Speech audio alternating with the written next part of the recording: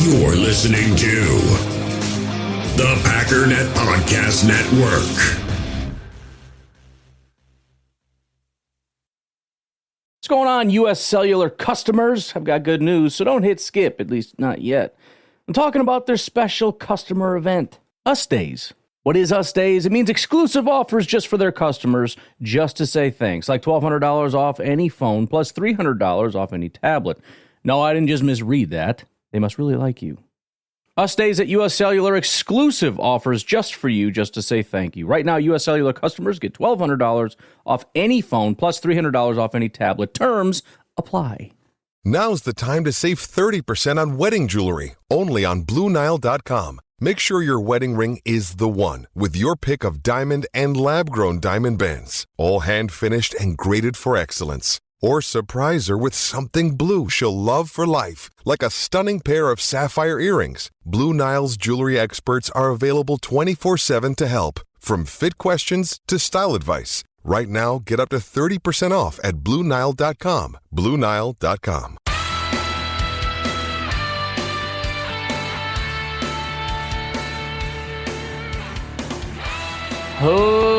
Ladies and gentlemen, welcome once again to the Packernet Podcast. I am your host and resident panelist, as always, Ryan Schlip.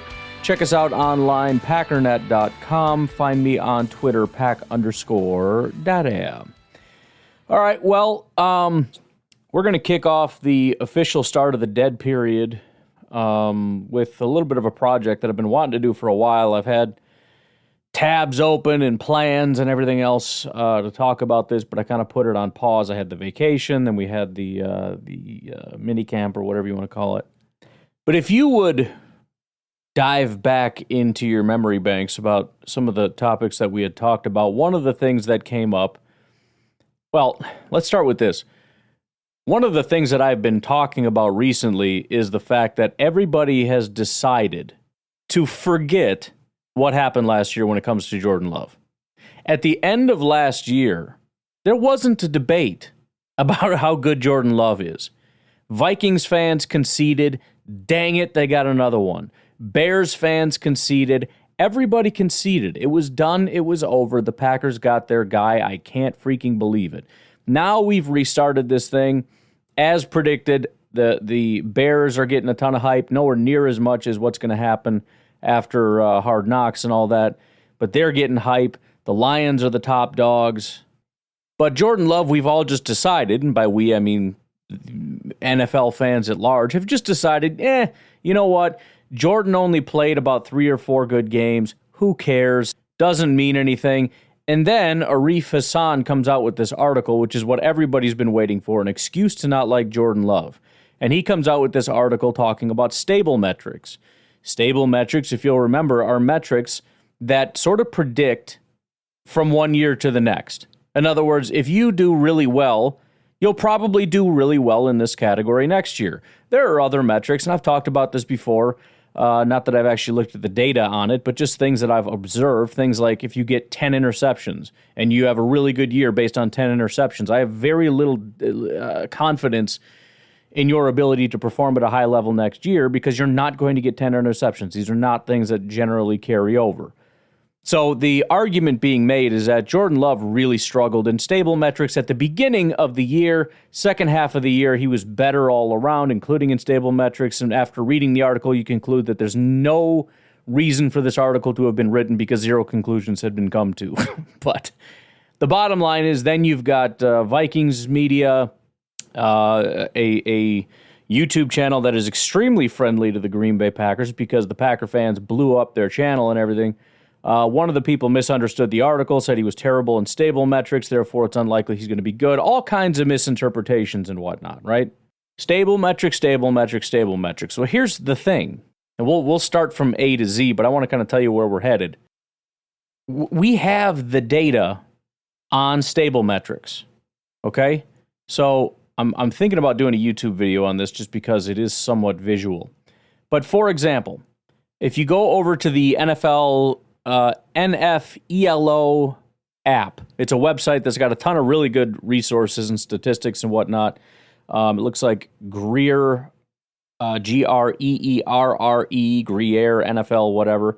on social media. I believe he created this. I don't know. His Twitter's on here. So very, very great website for in-depth team and quarterback stats in particular. But anyways, they've got a little chart here. They have EPA, adjusted net yards per attempt, passer rating, QBR, ELO, PFF grades, and CPOE. Those are the main stats that they look at. They have also 3 different categories, one of which I'm going to more or less disregard. But the first of which is MOV, which stands for margin of victory. So essentially we're looking at these statistics and we're saying what is the correlation between these statistics for a quarterback and a team's general margin of victory. Now, it might seem like a terrible thing to do because you're conflating teams and quarterbacks, but the idea is over the course of time, the teams will normalize. Good offensive lines, bad offensive lines, et cetera, et cetera. It's noticing the move in quarterback EPA moves the needle on margin of victory for teams this much. So in order for margin of victory is, in other words, this is the most valuable stats. So if you want to know how good a quarterback was, these are the stats in order that you want to pay attention to. Number 1 is EPA. After that, adjusted net yards per attempt, passer rating, QBR, ELO, PFF, CPOE. But there's a problem. The problem is if you're trying to use that data to say which quarterback is going to be the best in 2024 based on how good they were in 2023, the problem is some of these quarterbacks are a little bit more variable than others. In other words, it's not going to carry over from one year to the next. The stats that carry over the best are almost inverse, which is kind of interesting. But it's CPOE, which is the lowest as far as MOV. You've got ELO, PFF, EPA, QBR, passer rating, and then adjusted net yards per attempt is the lowest. So to recap, we know how valuable each of these values are. We know how predictive each one of these values is. And we also know what the values are. In other words, I know what Jordan Love's EPA was, et cetera, et cetera. So if we really wanted to get down to the bottom of this nonsense, all we'd have to do is come up with a couple little formulas here and there, plug in some values, and see, based on stable metrics, we would be able to rank the quarterbacks and see where Jordan Love actually ranks. But why don't we, before we just dive headfirst into this, why don't I back up and entirely make my case from A to Z here? So let's start with this. What was everybody saying last year? This is former Chicago Bear Alex Brown sitting next to Dave Wanstead on the football show, something, I don't know, some Chicago football show. It's I think it's NBC Sports Chicago. I think that's what the Peacock is. I can't remember. Here's what he had to say last year. I don't know exactly what year it was, but here we go. I watched that game just like we all did. We sat in there and watched it, and I don't care if y'all mad at me or not. I want a quarterback like that. That's what I want. We don't have that. I want a quarterback like Green Bay has. I want a quarterback that can make these throws, pinpoint the damn football. That's what I want. Why do we always have to not have that?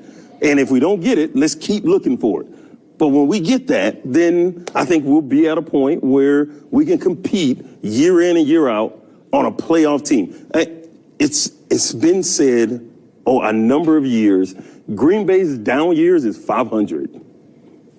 Our down years, we got the first pick.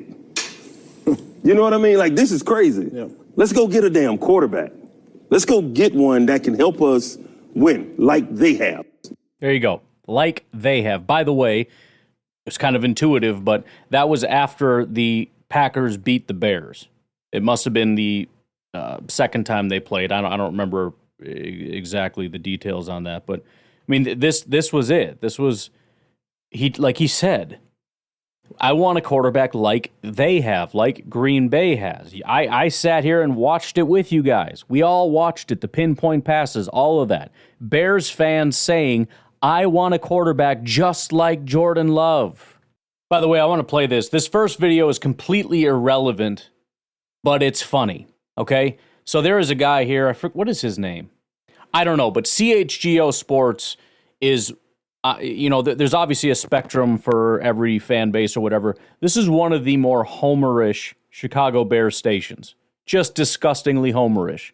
The amount of terrible takes that I've heard are hilarious. The second video I want to play is the more important one, but I just want to play this because it's just kind of delicious. Here you go. Arrogance in Green. By the way, this is 1 year ago. This is just after the Green Bay Packers traded Aaron Rodgers. Bay is getting a little thick, and I just want to throw it back at him for a second here. Brian Gutekunst, congratulations. You did a great job here. You won this trade. No one's going to disagree with that. Then he goes and he says that they're not rebuilding.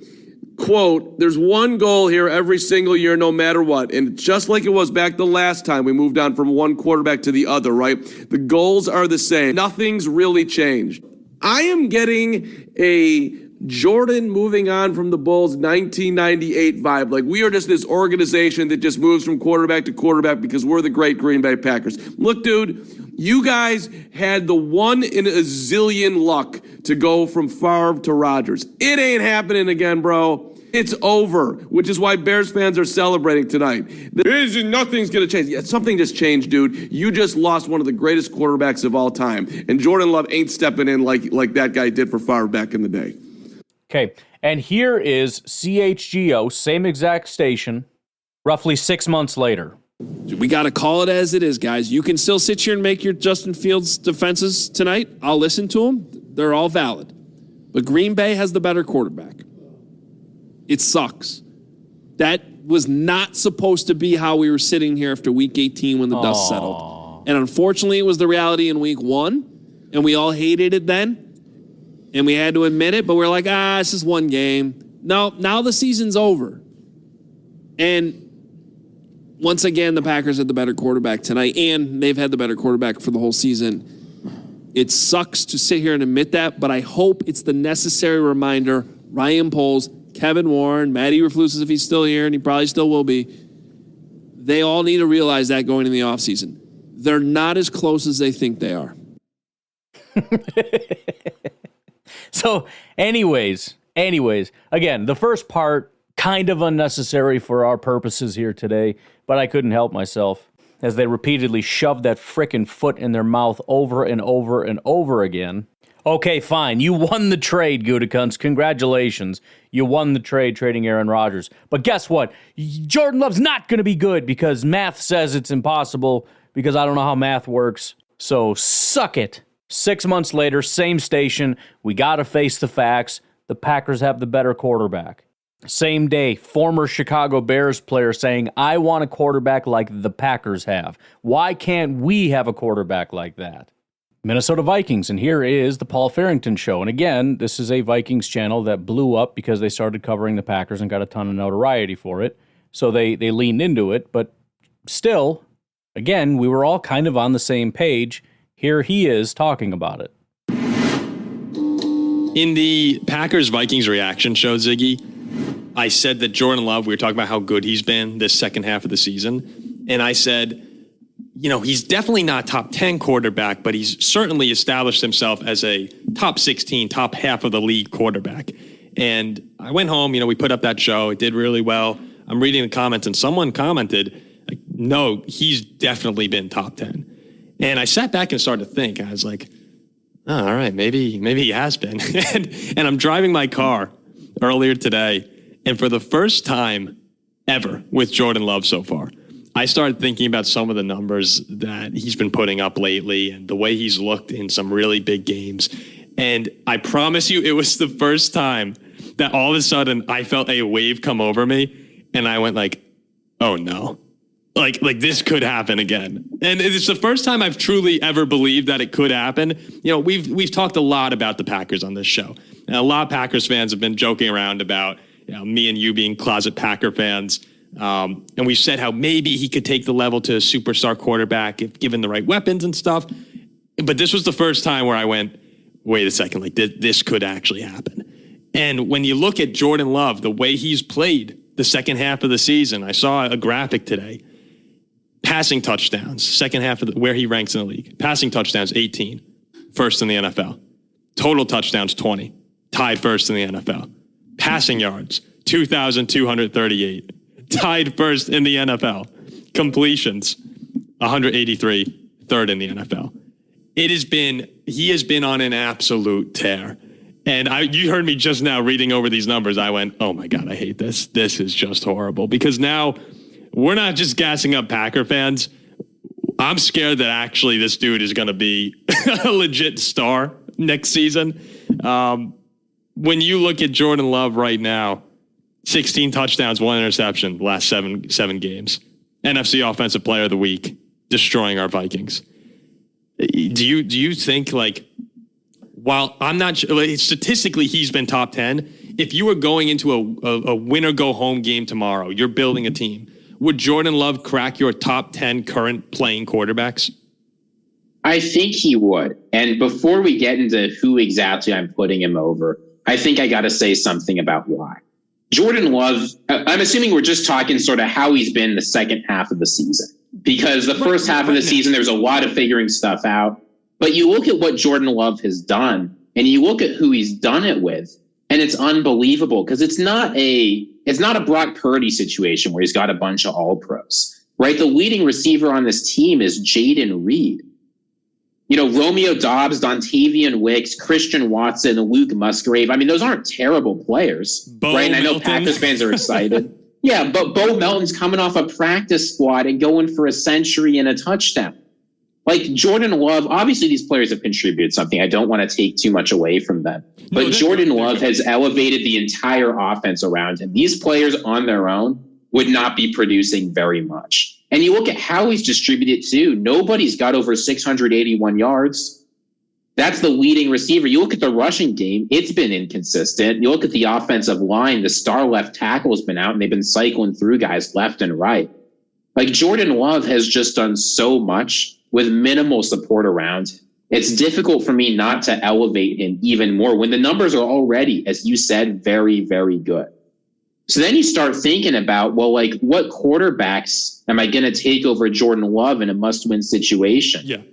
All right, so from there they start to list out their 10 quarterbacks, whatever. We don't need to listen to all that. But the bottom line is the realization began to set in. But at some point, we went from realization to rationalization. We want to rationalize this away. Now, there's still a lot of hesitancy. There's still a lot of like, well, I mean, you know, he's good, but let's just pump the brakes a little bit. I mean, it's a little crazy. So I want to get to that part of this before we get into the main course. Why don't we take our first break? Patreon.com/Pack_Daddies, where you can support the podcast. You can do so for as little as $1 a month. We'll take a break. We'll be right back. What's going on, U.S. Cellular customers? I've got good news, so don't hit skip, at least not yet. I'm talking about their special customer event, Us Days. What is Us Days? It means exclusive offers just for their customers, just to say thanks, like $1,200 off any phone, plus $300 off any tablet. No, I didn't just misread that. They must really like you. Us Days at U.S. Cellular, exclusive offers just for you, just to say thank you. Right now, U.S. Cellular customers get $1,200 off any phone, plus $300 off any tablet. Terms apply. You know, in the hobby, it's not easy of being a fan of ripping packs or repacks. We always hype ourselves up thinking we're going to get some kind of a mint-signed Jordan Love card or something. But with zero transparency on available cards and hit rates, it's all just a shot in the dark. That is until now. Introducing Slab Packs from ArenaClub.com, the only repack that provides real value, a complete view of all possible cards, and clear hit rates for each one. Now when I buy Slab Packs on Arena Club, I finally feel like I know what I'm getting. I don't know if you saw the video me and my son did. That was us on ArenaClub.com looking for new cards for my kid. Still on our YouTube channel. You should check it out. They have an incredible website. Slab Packs are way better than mystery packs. Immediately after your pulls, they put your cards safe in a vault. So whether you're buying, selling, trading, or displaying, Arena Club's got the card collection platform that you have to check out. Right now, you can get 10% off your first purchase by going to arenaclub.com/PackDaddy. That is a crazy offer. 10% off a $400 slab pack. That's $40 right there. Anyways, that's arenaclub.com/packdaddy for 10% off your first purchase. With threats to our nation waiting around every corner, adaptability is more important than ever. When conditions change without notice, quick strategic thinking is crucial. And with obstacles consistently impending, determination is essential in overcoming them. It's this willingness, decisiveness, and resilience that sets Marines apart. With our fighting spirit, we don't just fight battles, we win them. Marines are the constant our nation counts on to fight the unknown. And through adaptable problem solving, we do just that. Learn more at marines.com. Hey, it's Kaylee Cuoco for Priceline. Ready to go to your happy place for a happy price? Well, why didn't you say so? Just download the Priceline app right now and save up to 60% on hotels. So whether it's Cousin Kevin's Kazoo Concert in Kansas City, go Kevin, or Becky's Bachelorette Bash in Bermuda, you never have to miss a trip ever again. So download the Priceline app today. Your savings are waiting. Go to your happy place for a happy price. Go to your happy price, Priceline. All right, so exact same show, right? Exact same show, exact same guy that said that, you know, you can't really dispute Jordan Love is now a top 10 quarterback. Here is their mailbag question. I already played this, but we'll do it again from May 23rd. Here we go. Tony Ball, who's a member as well. Thank you very much. He says, without playing a single snap, adding Caleb Williams, Rome Odunze, Vegas has the Bears at 8.5 wins. Jordan Love and the baby Packers almost go to the NFC Championship game, and Vegas has them at 9.5 wins. Most media predictions have Chicago and Green Bay going 10-7. Can you guys explain how Vegas and the media think that Chicago is almost as good as the Pack? Thank you so much. Yeah, no, there's a sensible answer to this. No, it's outrageous. Here's the sensible answer for why the people who know much more than us and historically get things right. Set aside the media. I beat the Bucks every day. I beat the Bucks. I love that guy. All right, Jack. I'm smarter. Let's be. Go ahead, Ziggy. I'm smarter than the Bucks. You are just not. So why does Vegas have them this way? Here is why. Jordan Love had a very good 1/2 of one season and won 9 games off of it. Now, here's the thing. What did Jordan Love do well at? Were they stable metrics? Yes. No, they were primarily unstable metrics, things that often don't roll over from year to year. So there's just not a lot of certainty that Jordan Love is actually going to be able to be. It's likely that his average will be something between what you saw at the beginning of the season and the end of the season. So we don't need to delve too much into it.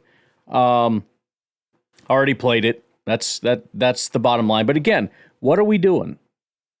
Leaving aside the fact that obviously the Bears have not even played anything, much less very well for 1/2 of one season. They've done nothing.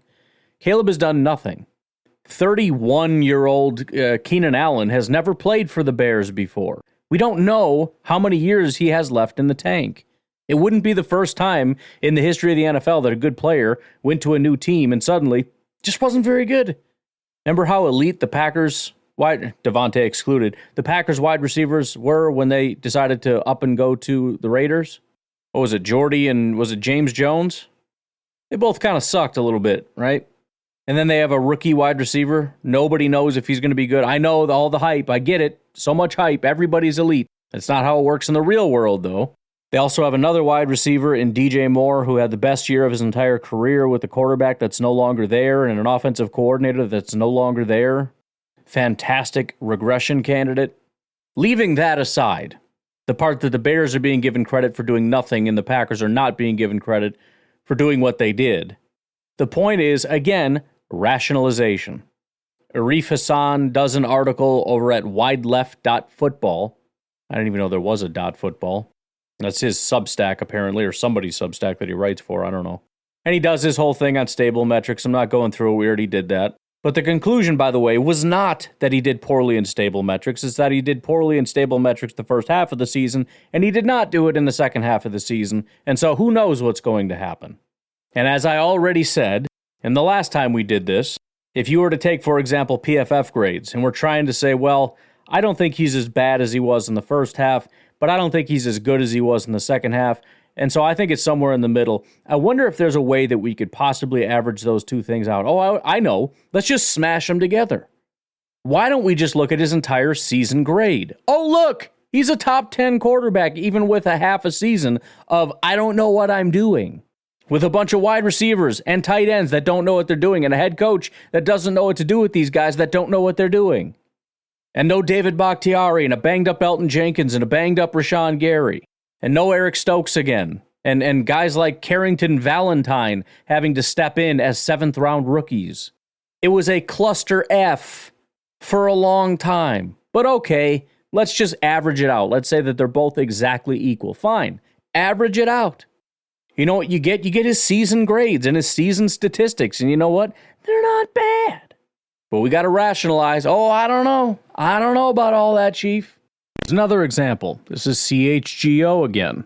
Now, a couple things. First of all, CHGO, you might remember, we played a clip of these guys. Not that it necessarily represents all of them, but essentially realizing like it's happening. He's the guy. It's a done deal.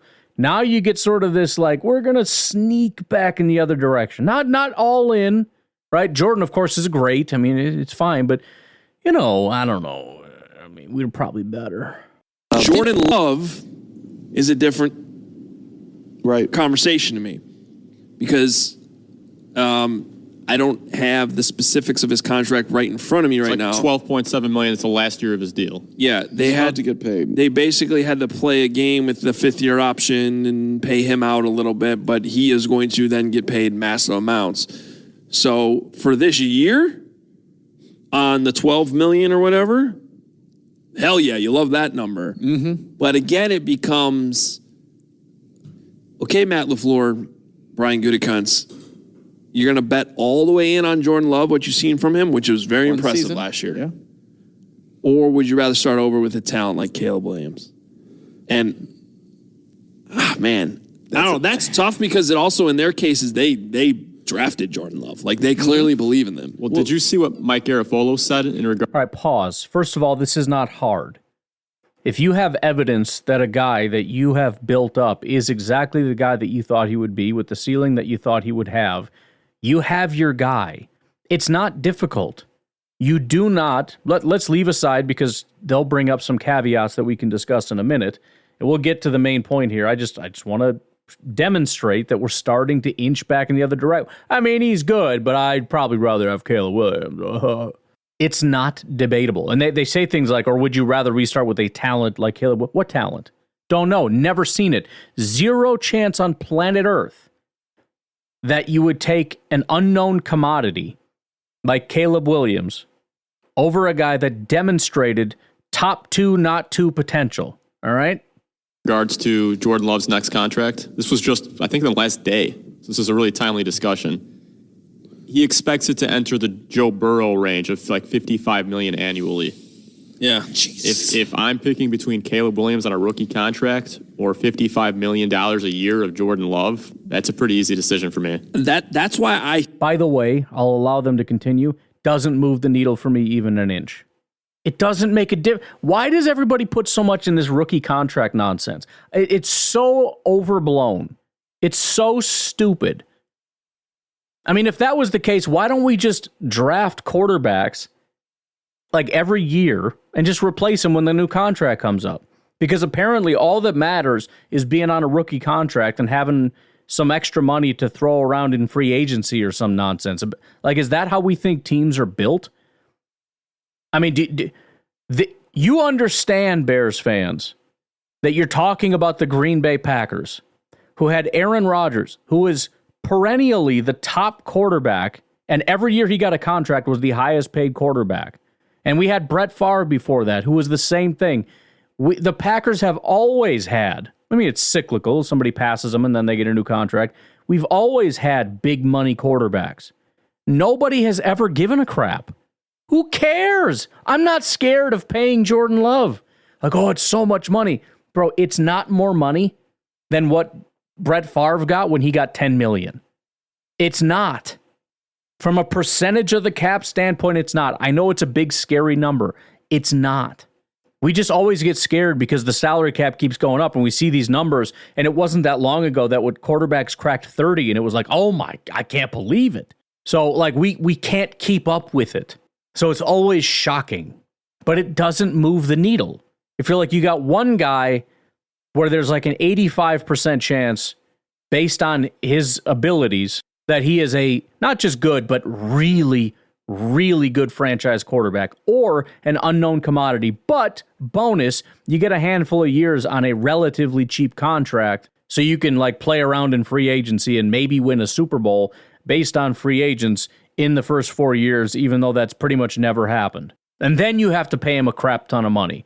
But again, no idea if this guy's any good whatsoever. Also, you have a horrific history here in Chicago. That's the thing. If the Bears could pick, they would not hesitate. They'd give Jordan Love the contract tomorrow, and if they don't, they're idiots. They've never had a good quarterback in their entire life. That is a guarantee if you take Jordan. It's guaranteed. Just take him. They'd be stupid not to. You always take the known commodity, especially when you're talking about the most important position, and you're talking about elite talent, not just good.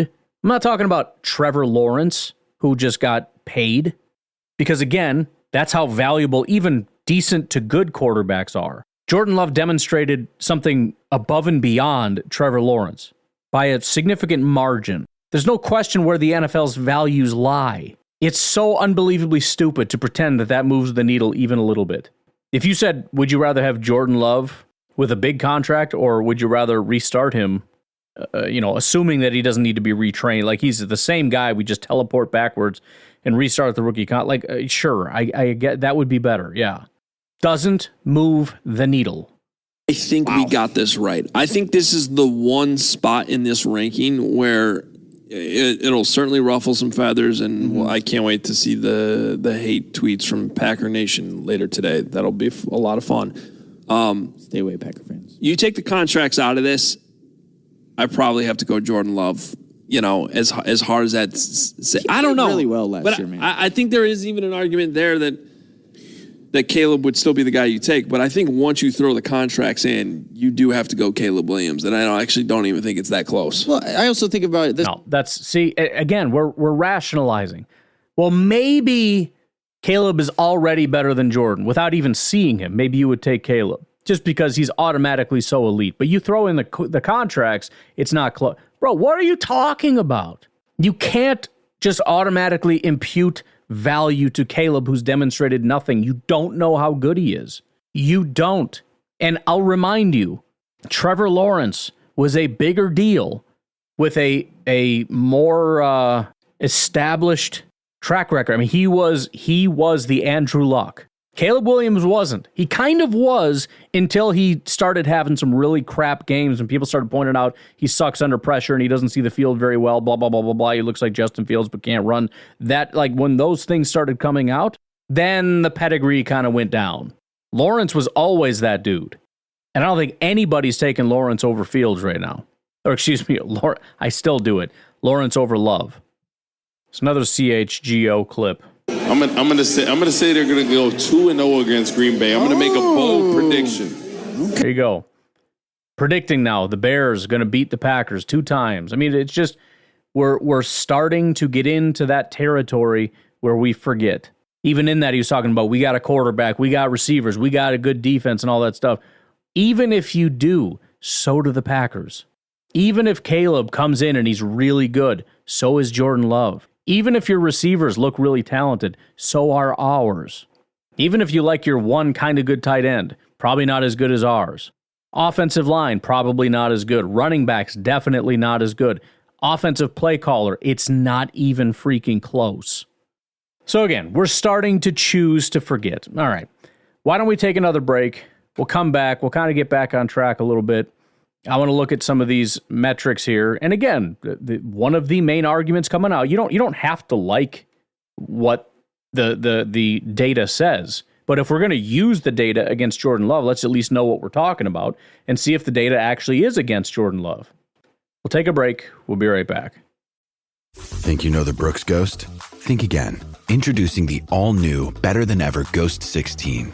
Now with nitrogen-infused cushioning for lightweight, supreme softness that feels good every step, every street, every single day. So go ahead, take your daily joyride in the all-new nitrogen-infused Ghost 16. It'll turn your everyday miles into everyday endorphins. Let's run there.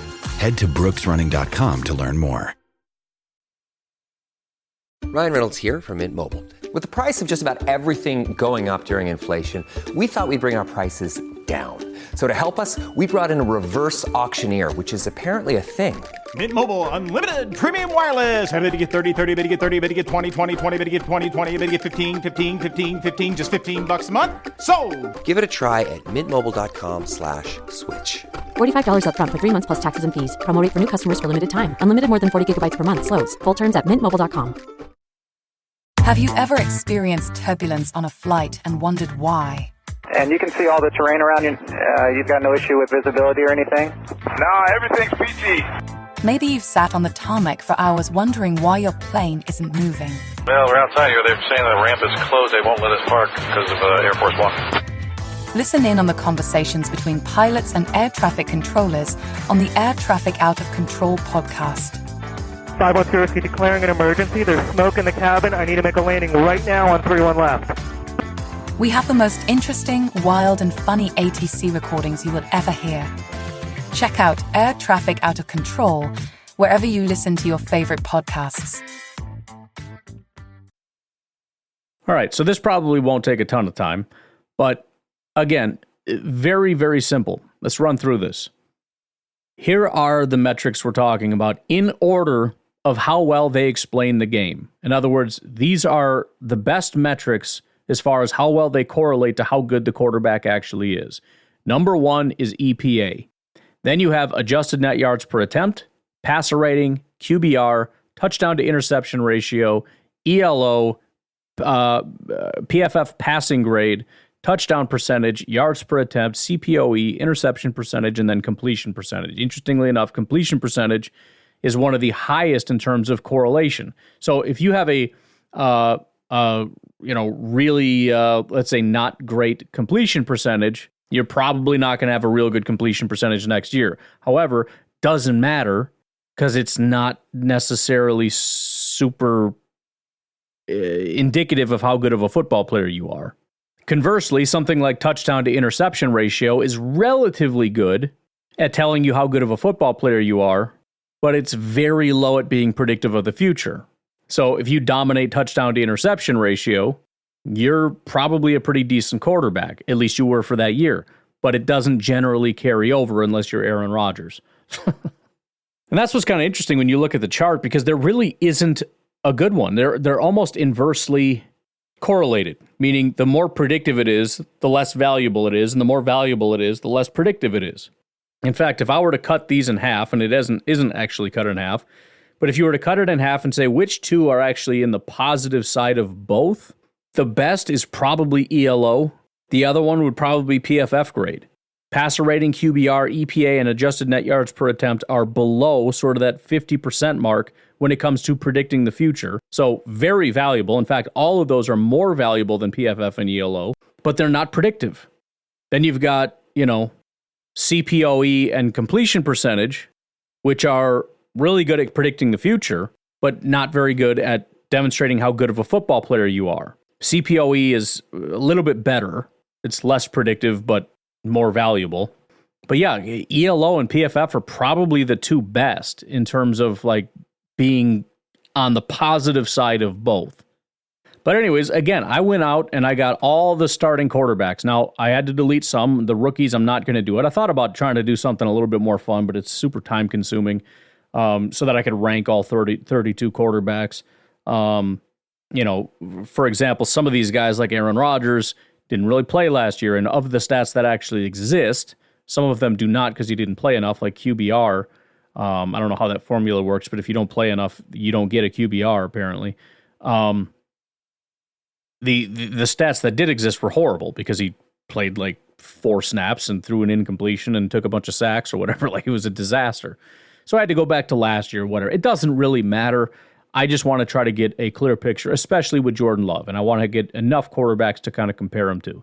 But I've got, 27 different quarterbacks. A couple of them don't have QBRs, so they're going to be low on the list, but whatever. I can make something up. It doesn't matter. It's Deshaun Watson and Will Levis didn't play enough to get a QBR for whatever reason, so they're going to be pretty low. The other thing that people are going to hate is the fact that Patrick Mahomes is low. sorry, newsflash, Pat Mahomes doesn't actually perform very well, or at least didn't last year, in pretty much any metric except like PFF grade. It's about it. I mean, Pat Mahomes makes magic happen. Very smart. He's got a great offensive mind, as does his head coach, and he's got a great tight end, and it all works out perfectly, and they're very diligent, and they get stuff done. But as far as these stats, he didn't at least super stack up this past year.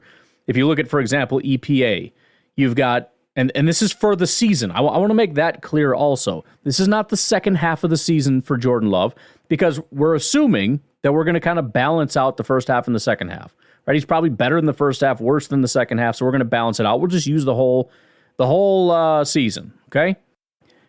So it's Dak, then Brock, then Josh Allen, then Tua, then Jordan Love. Jordan Love is ahead of Lamar, Jalen Hurts, Jared Goff, Pat Mahomes, CJ Stroud, Matt Stafford, Kirk Cousins, Trevor Lawrence, Aaron Rodgers. I took his 2022. Who else? Everybody else, but of the people that matter. Adjusted net yards per attempt. You got Brock, you got Stroud, Tua, Lamar, Dak, Kirk, Goff, Stafford, and then Love, who would be 9th in that.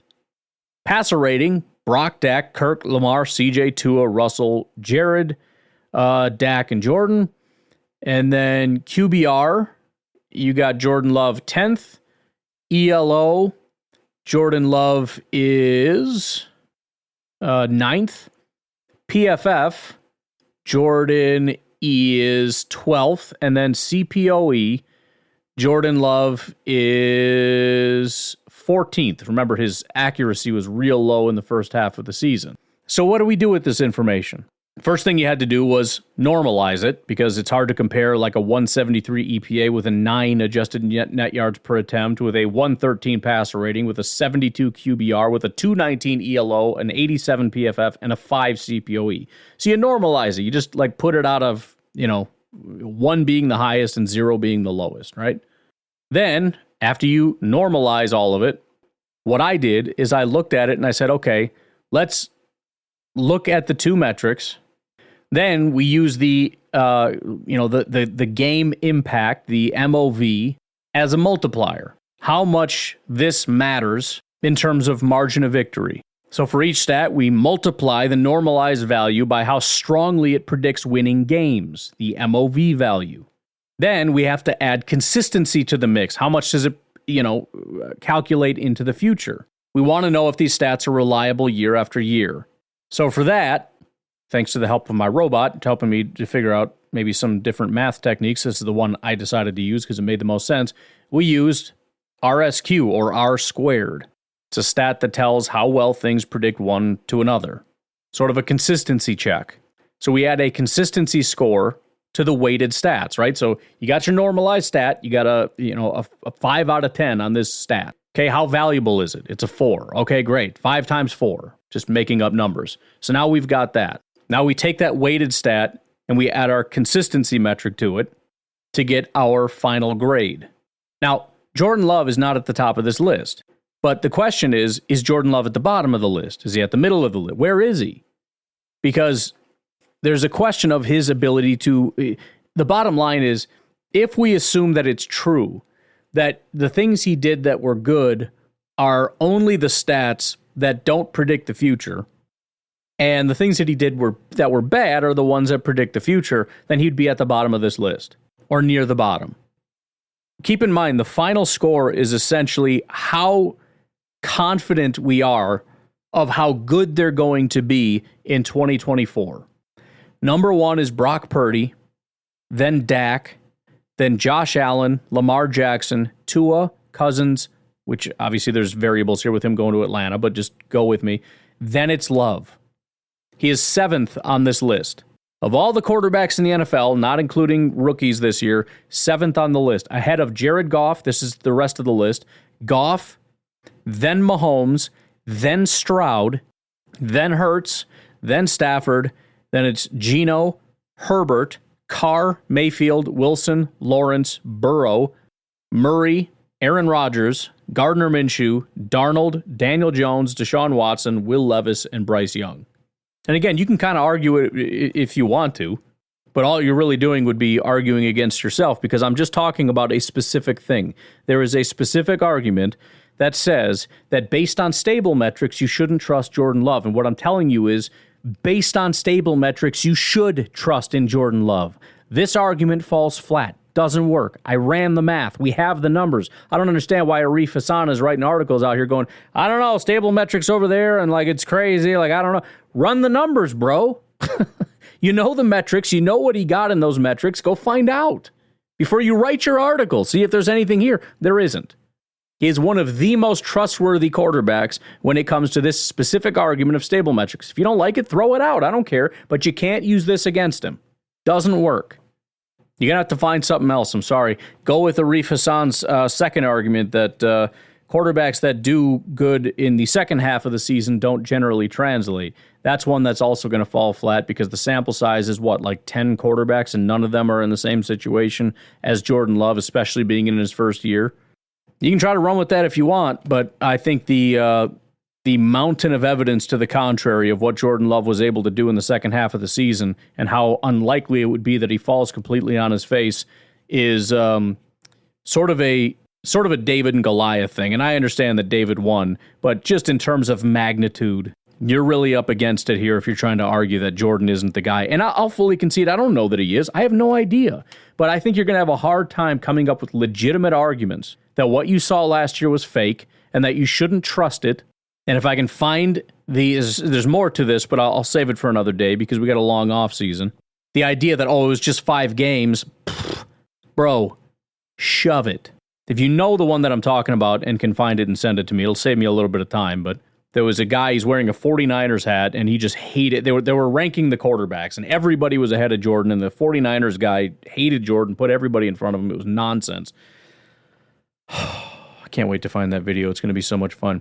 But anyways, this is a really long way of saying that if you hear people talk about stable metrics, it's going to be one of the, maybe it's falling on deaf ears. I don't really know. But if you hear that used as an argument that, well, technically based on his stable metrics, don't buy it. It's nonsense. Based on the stable metrics, you should believe in Jordan Love, not just because of the second half of the year. None of these stats are based on the second half of the year. This is based on the entire year. So it encompasses even prior to his breakout. No doubt in my mind, he is top 3 probably on this list, if not top 2, possibly top 1, if you look at the second half of the season only, which I'm not going to do right now because it's getting very late and I got to go to bed. I didn't even eat dinner yet. Actually, I got to start a pork butt. Oh boy, I got a lot of work to do. But I'm going to leave it at that. Hopefully that helps you in your Twitter wars. You guys have a good rest of your day. I'll talk to you later. Bye-bye.